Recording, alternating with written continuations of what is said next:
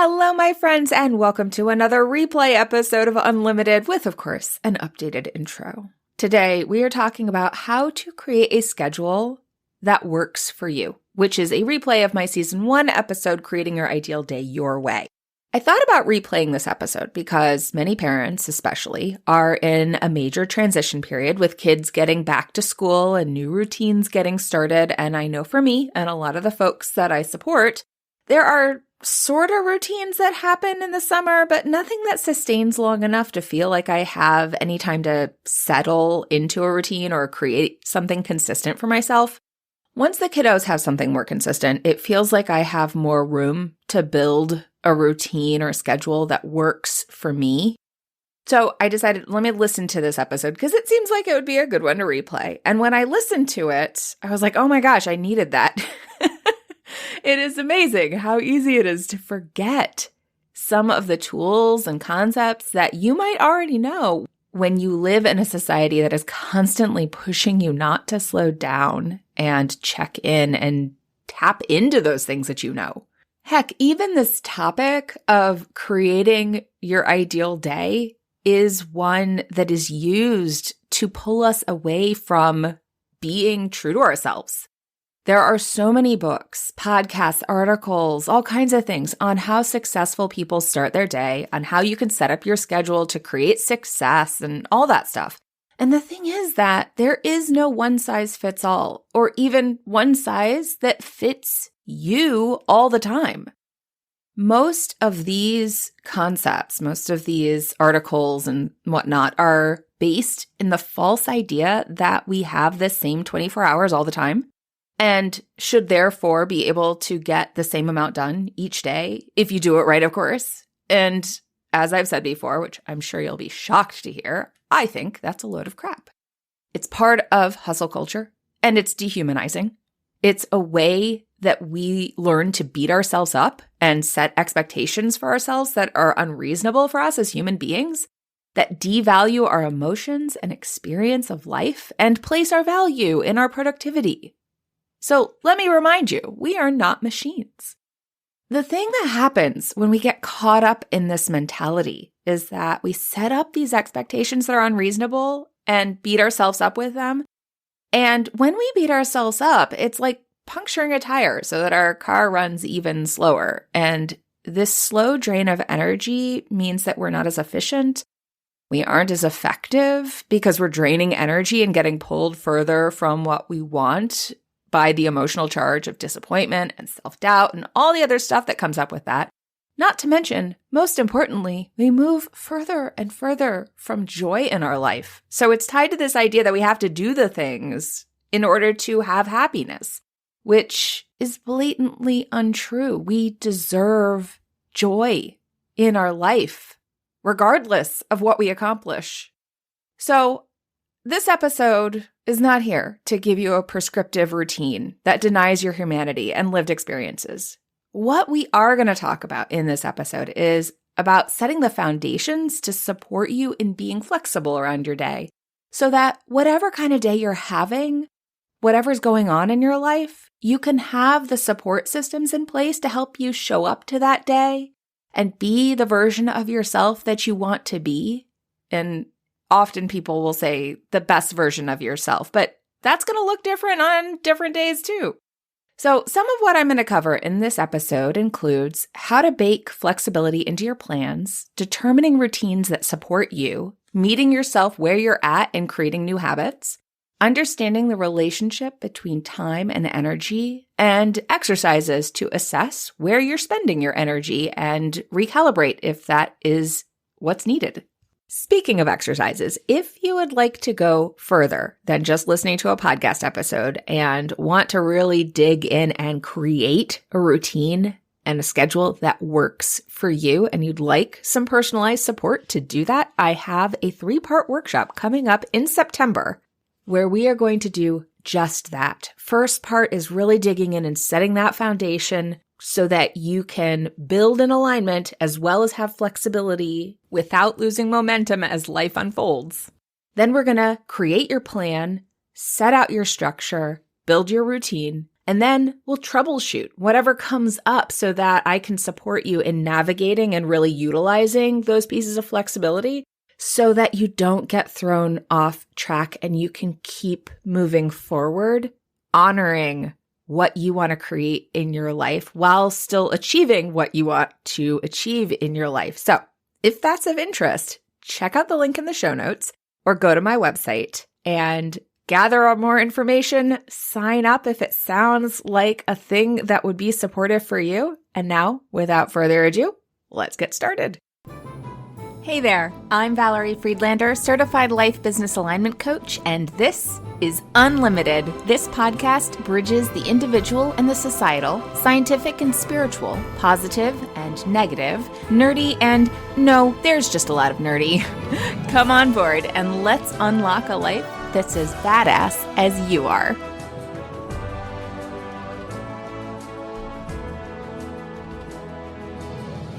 Today, we are talking about your ideal day.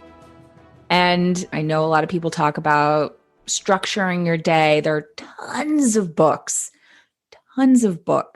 about setting yourself up for success with a particular morning routine or structuring your day in a particular way. Rhymes. So there's like a lot of information out there.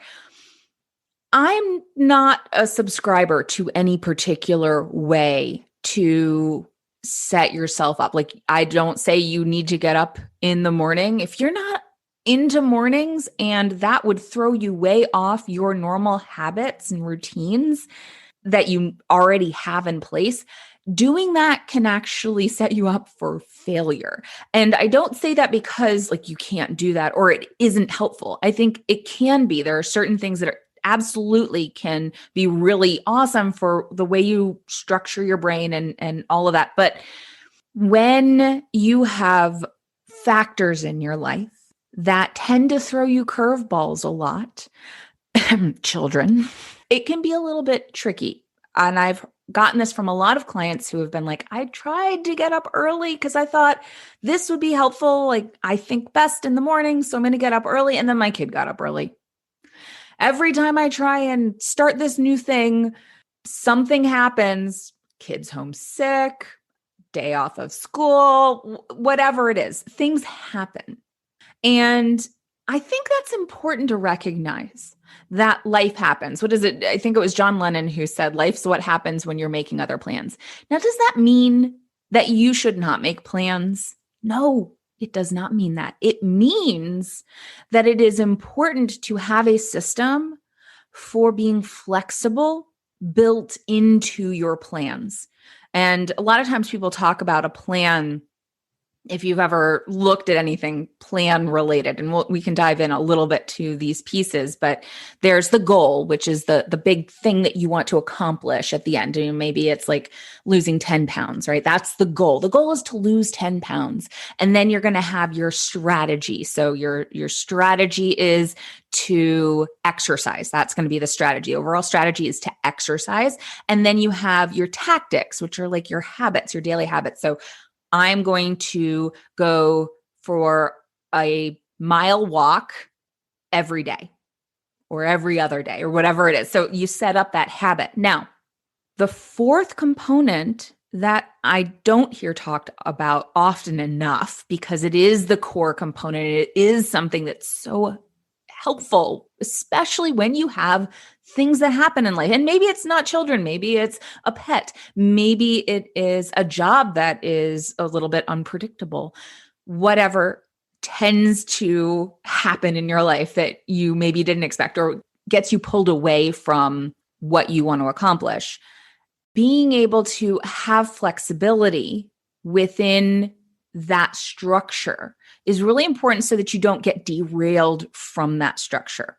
The other part of it is that you're not creating something that is too far away from what your current norms are. This is the other thing that happens a lot, is that people say, okay, I want to accomplish this thing, but they create a structure, set themselves up with habits that are so far away from what they normally do that they set themselves up for failure instead of success because it stretches them too far out of their comfort zone, out of their norms, out of their current routines, because we all have current routines, things that we do that maybe we don't think about why we do them, or they just are easy now because that's just what we do. So say you're not a morning person, and I tend to be like around when we put ourselves into boxes, like morning person, night person, but perhaps you're someone who tends to prefer to sleep in your current time. Maybe that'll change. But right now, you are more of someone who stays up late and wakes up late. Perhaps that is you. Then saying that you're going to get up early to exercise and you aren't exercising at all now, that's going to be a lot harder for you to make that shift because you're adding two or more components into the changes that you're going to make. So instead of going up one step, you're going up 2, 3 steps, which can be much more challenging. And when it is harder to do, it makes it much easier for any stressors, any changes, any surprises that happen in life to knock you off doing that. When it comes to creating a plan, knowing what you want is going to be the very first thing. So when I say what you want, I'm talking about how do you want to feel? So the 3 questions that I always ask people when we get started, we want to get a grounding in it. And these questions, the answers to these questions may change, but it's how do you want to feel? How do you want to experience life? So that's the inner part. How do you want to feel on the inside and experience life? How do you want to show up? So that's the way you act and the way you engage life. And what impact do you want to make? That is, how do you want to be received? Like, what's the ripple effect of that? And they all play together. They are all related. But when you can identify those 3 questions and really answer those questions, that sets a groundwork, like the foundational parts for creating a plan and creating an ideal day. So when you are creating a plan, you might look at that goal that you want and how you'll feel when you achieve that goal. And that can help you identify how do you want to experience life. Because usually we want things because of the way we think we'll feel when we have them, the way we think we'll experience life when we have them.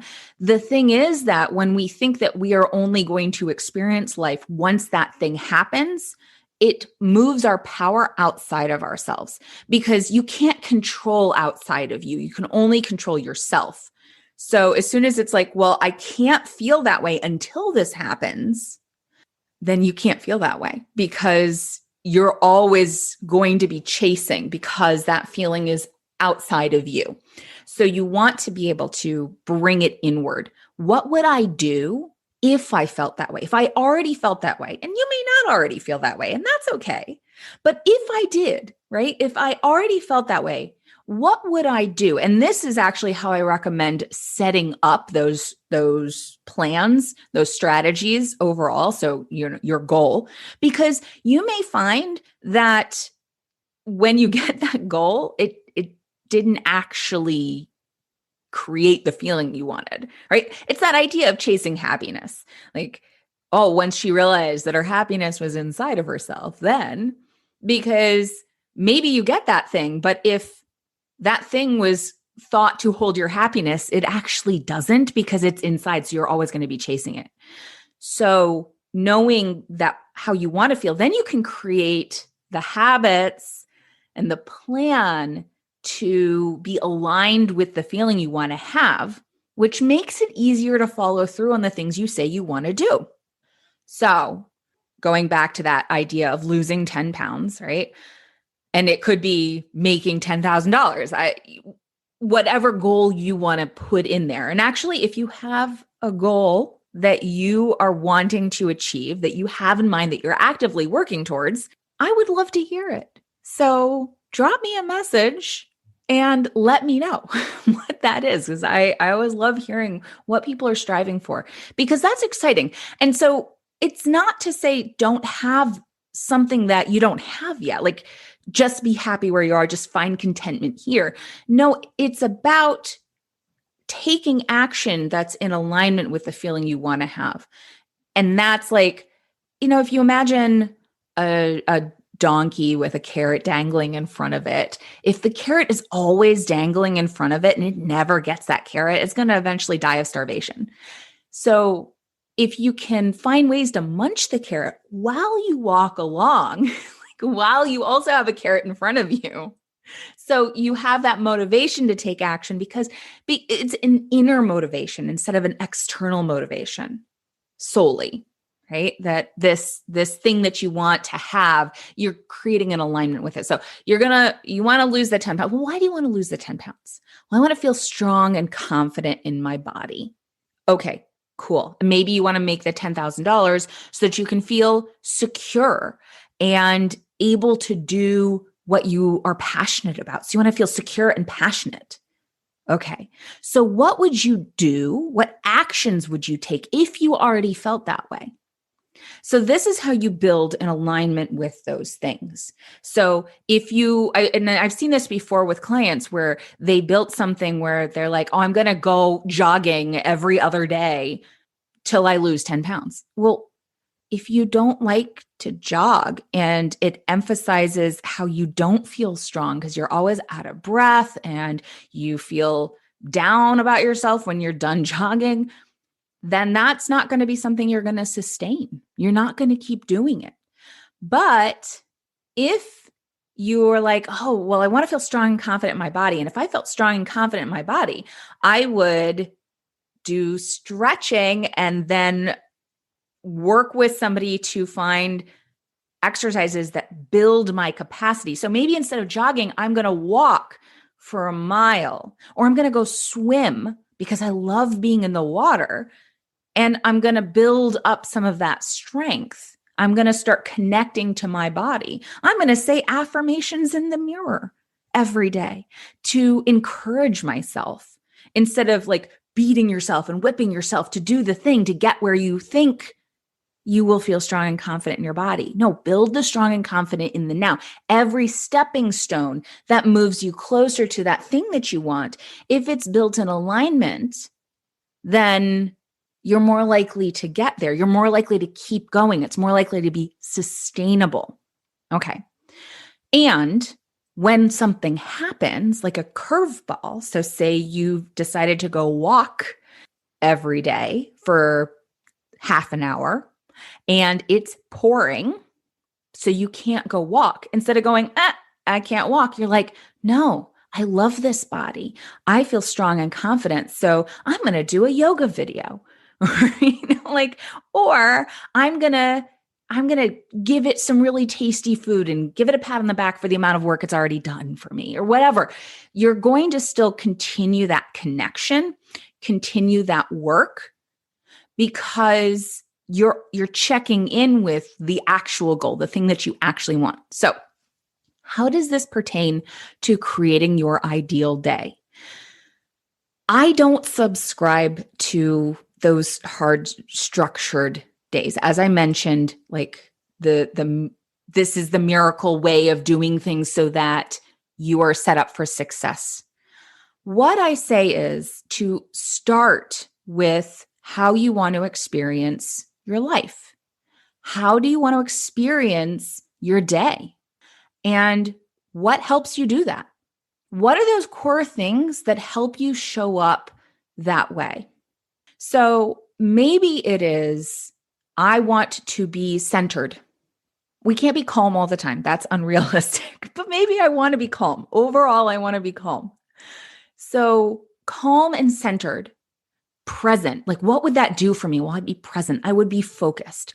Okay. So what helps me be most focused? Well, if I get up first thing in the morning and meditate, that's awesome. I love getting up and meditating and going for a walk. So that was my routine for a while before COVID hit. It was like, get up, I would walk with my kids to the train, and I would sit by the lake and meditate. And that's been a lot harder since COVID. Actually, gave this analogy the other day. I'm like, I kind of feel like when COVID hit, it was like this tornado came and picked up all of my life papers and threw them in the air and swirled them around. And I was kind of living like I was grabbing at the papers and putting out fires all the time. It was just like, what's in front of me? Do the next thing, do the next thing.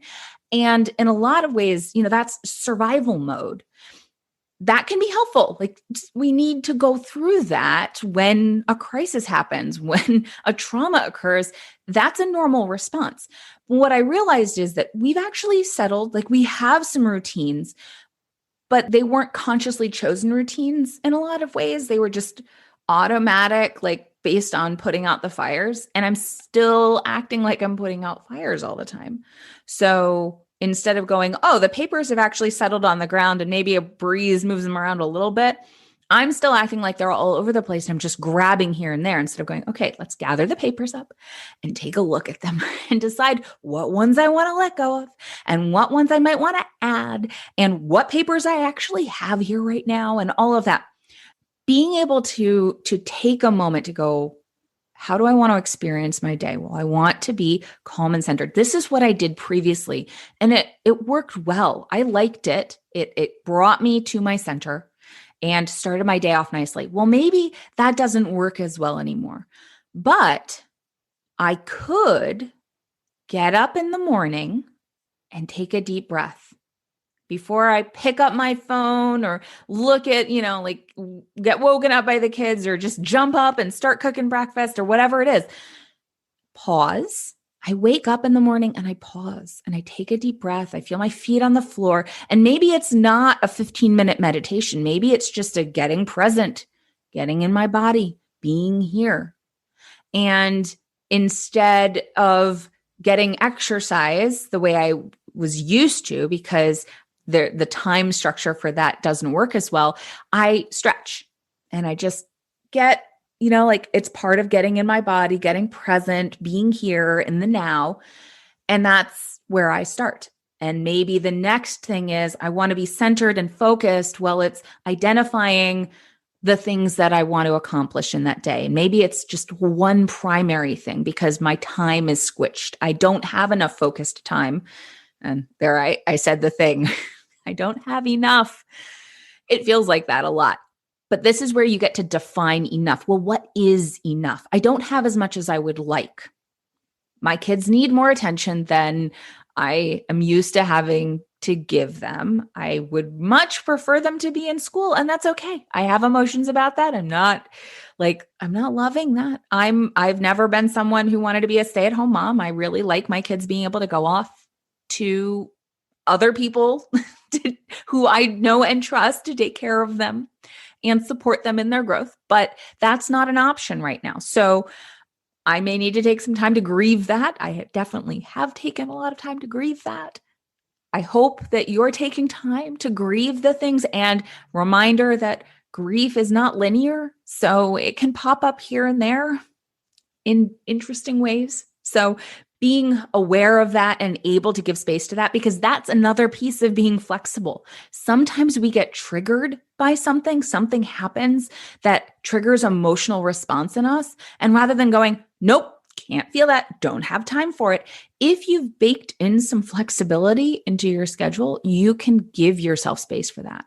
Because by structuring your day in a way where you have clarity over what you want, not just in the activities, but in the being and the experiencing of, then anytime something comes up, you can assess accordingly and go, how does this fit in this?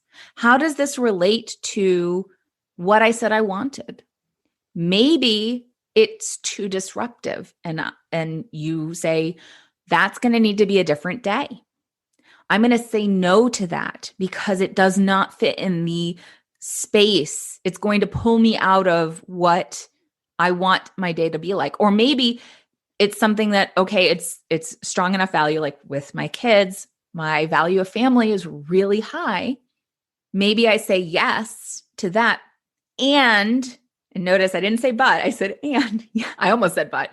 Yes, and I'm going to give myself a little extra space for this, or I'm going to move this thing so that I know that it's not off the table. I didn't just ignore the thing for me or the thing for something else that's important to me, another value that I have.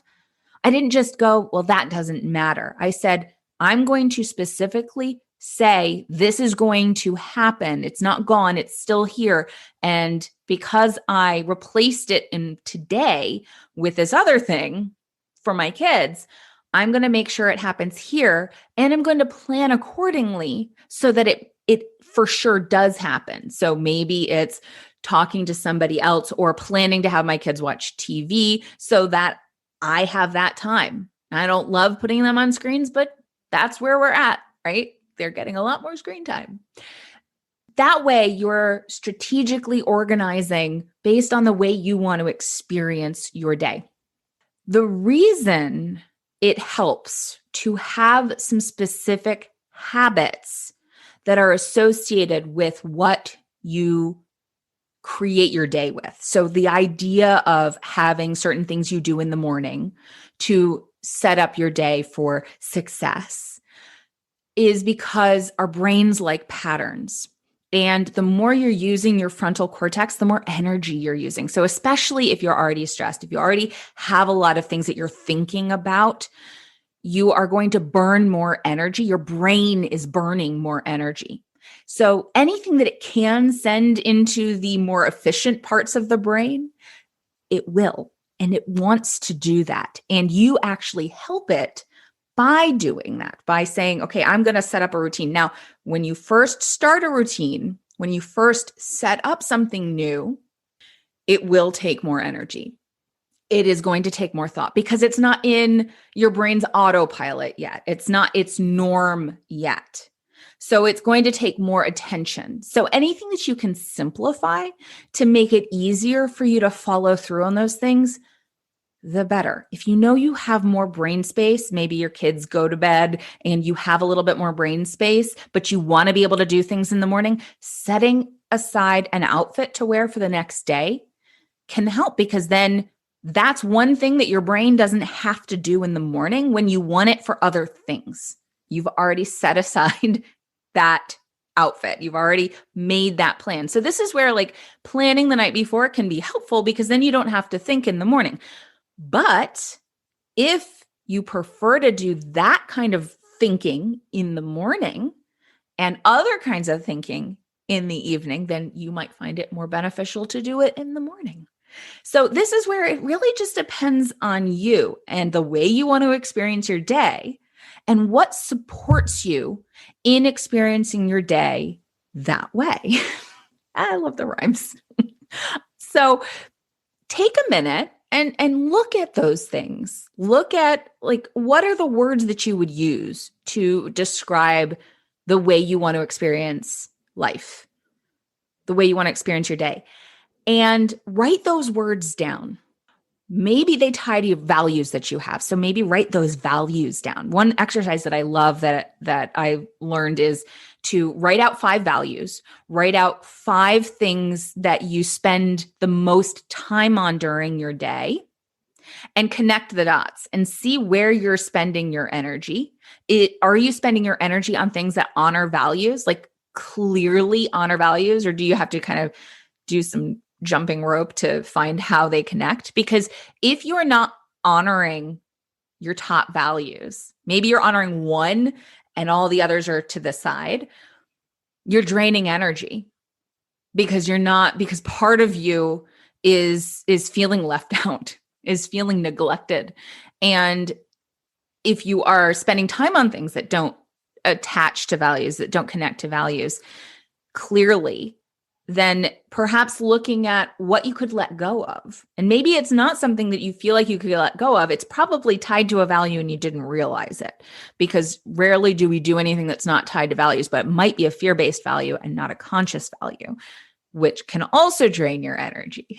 So doing that little exercise can be really eye-opening to see where's your energy going, because time is energy. How much time you have and how really relates to how much energy you have. So how much time you have relates to how much energy you have. If you have been emotionally triggered, that's going to take more energy. So you're going to have less time. That's just how it is.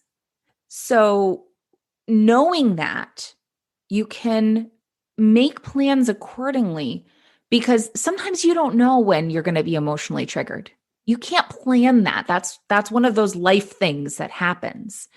So being able to know, I want to be graceful in my experience of life. I want to be loving in my experience of life. Well, that may mean giving yourself that space for caring for yourself when you've had that emotional trigger, for sitting down and having an important conversation, to harnessing a teaching moment with a kid instead of going, "Ugh, you're wasting my time. You're taking up time. Like that's probably not how you want to show up." So being able to check in and then go, okay, here's where I'm moving the other thing, and giving yourself space for that. So that brings us to the other idea of, you may find that an ideal day isn't as helpful as having an ideal week.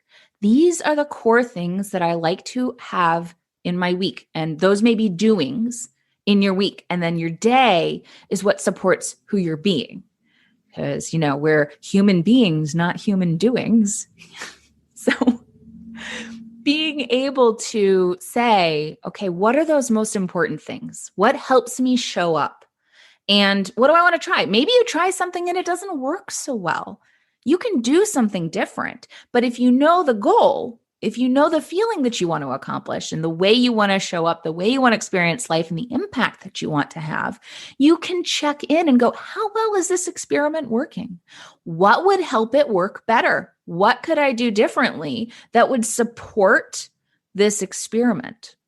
So you can be curious instead of judgy. I was talking earlier about like that idea of how. How do I do it? That becomes overwhelming. Whereas a what question, especially if you have a clearly defined experiment, is much more easy to carry out. Now, I say easy. It's not necessarily easy, but it's clearer to carry out. And when it's clearer, it's easier, because if it's not clear, we usually won't take action on it, because the vagueness of it makes it really hard to hold on to. And this has come up in a couple of the coaching sessions that I've done recently on the podcast. So take a look at that. Another exercise that I find helpful is the what's in my cup. So if you think about all of the things that you have on your plate right now, all the things that are going on in your mind, even not just that you're actively doing, but that you're thinking about, list them all out. So maybe it's something that you're not getting to, but you really wanted to. I really wanted to paint my nails. I haven't done it yet. And every time I look at my hands, I think, dang it, when am I going to get to paint my nails? I don't know. I'm going with something simple. But it could be big. It could be this project that you have, or a book that you wanted to read. But whatever it is that's on your mind, or maybe it's things that you're doing. So the homeschooling stuff, or doing some filing, or whatever, any of those things, you just write it all out. Write a whole list of all of those things. And then in the next column, go through and say, how much energy are you spending on it? Not the amount of time you're spending, but the amount of energy that you are spending. Because remember, when you are spending energy, you are also spending time. So if you're spending energy thinking about something else while you're working on something, that's that lack of focus. And it's going to take more time to do the thing, because part of your brain is wishing it was doing something else, or thinking about something else, or processing an emotional charge, and you're trying to do something. So it would actually be much more loving, not only efficient. I was about to say efficient, but like, it's not just efficient, it's loving for yourself, which also gives you more energy. When you are taking care of yourself, then you have more focus, which means you'll get things done faster, because the more focus you have, the faster you'll be able to do something.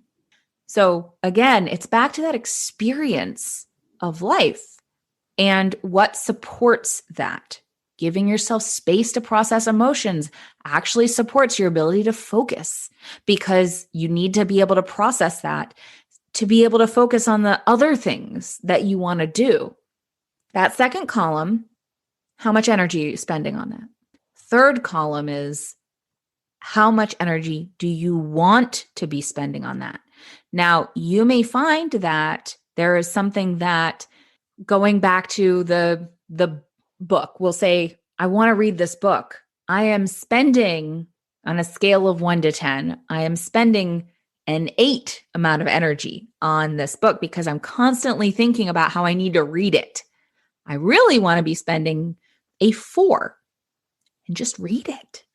You know? So it's not to say that the amount of energy that you're spending is higher because you want to do it. It's just energetically, where are you?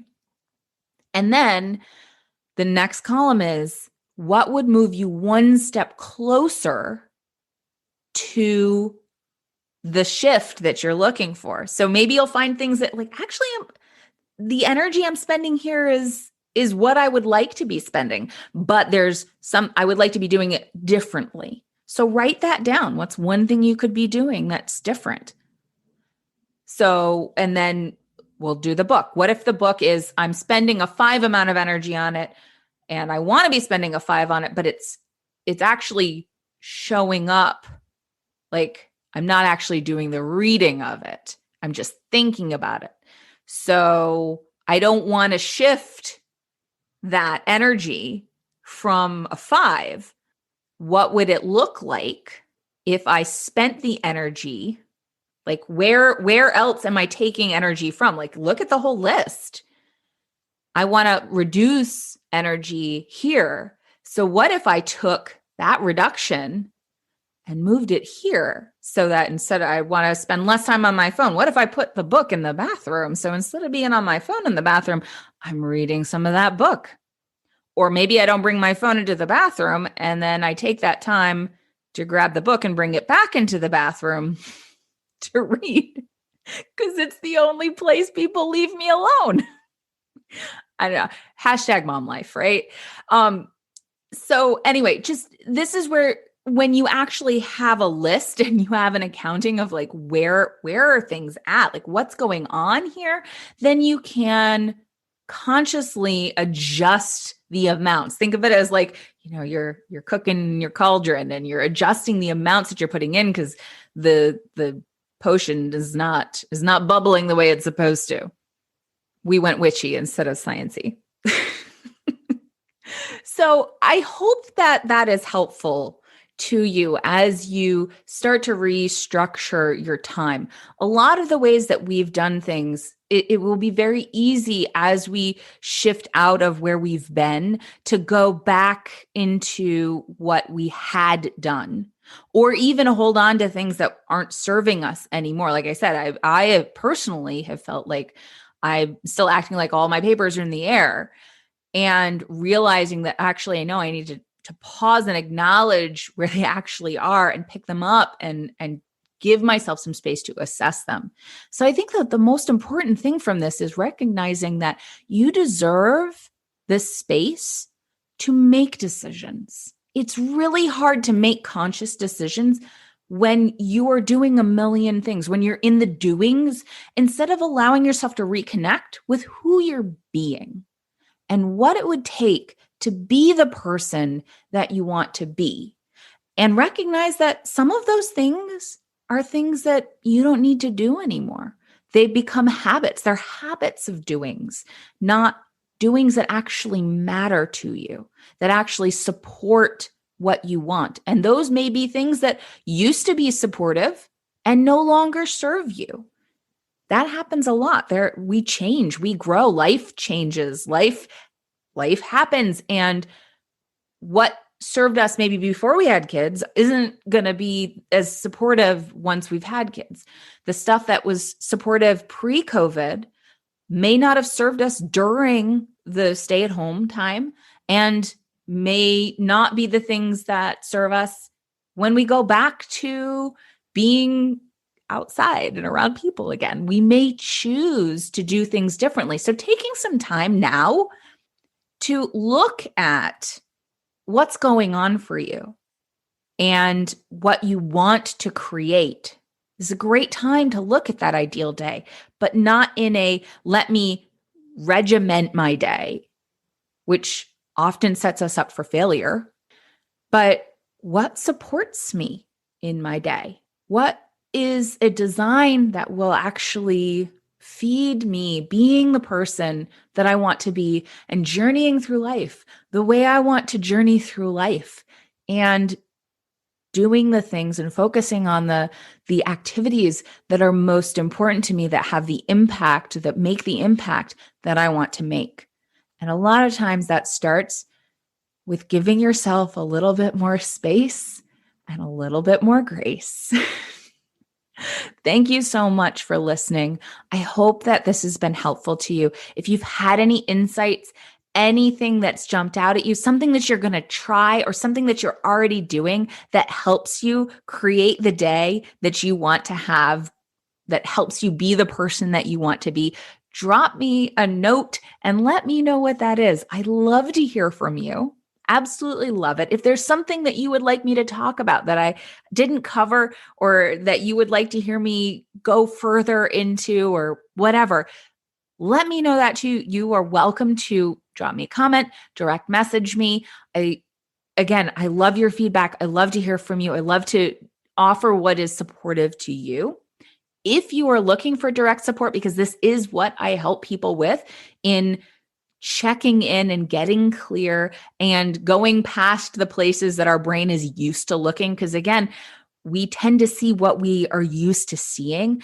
It's hard to find other options sometimes when we haven't had those available. We haven't done that before. We haven't connected those dots. That's one of the gifts that I have, is being able to hear you and connect dots that maybe you weren't seeing as connected, so that you can then take action that helps you move forward in a more loving and efficient and effective way towards the life that you want to have, being the person that you want to be, experiencing life the way you want to experience it. That's what I love to do, because you are here for a reason. You are doing something in the world. You want to change. You want to grow. You want to help the world. I want to help you do that. So please reach out if that is something you are looking for. I'm here for you. And I will see you all next time. I hope that you found listening to this episode as helpful as I did when I was re-listening to it. I will be back in September with all new content. And just a reminder, if you are interested in digging deeper into reclaiming your routine, be sure to check out the link in the show notes for more information on this 3-part workshop series that I have starting soon. So check that out. Hope to see you there, and I will talk to you all next time. Thanks for listening. I so appreciate you being here. If you got something out of today's episode, please share it. Leave me a review, take a screenshot, and post it on social with a shout out to me. Send it to a friend, or, all of the above. Want to hang out more? Join me on Instagram. Or better yet, get on my mailing list to make sure you don't miss out on anything. And remember, your possibilities are as unlimited as you are. Allow yourself to shine, my friend. The world needs your light. See you next time.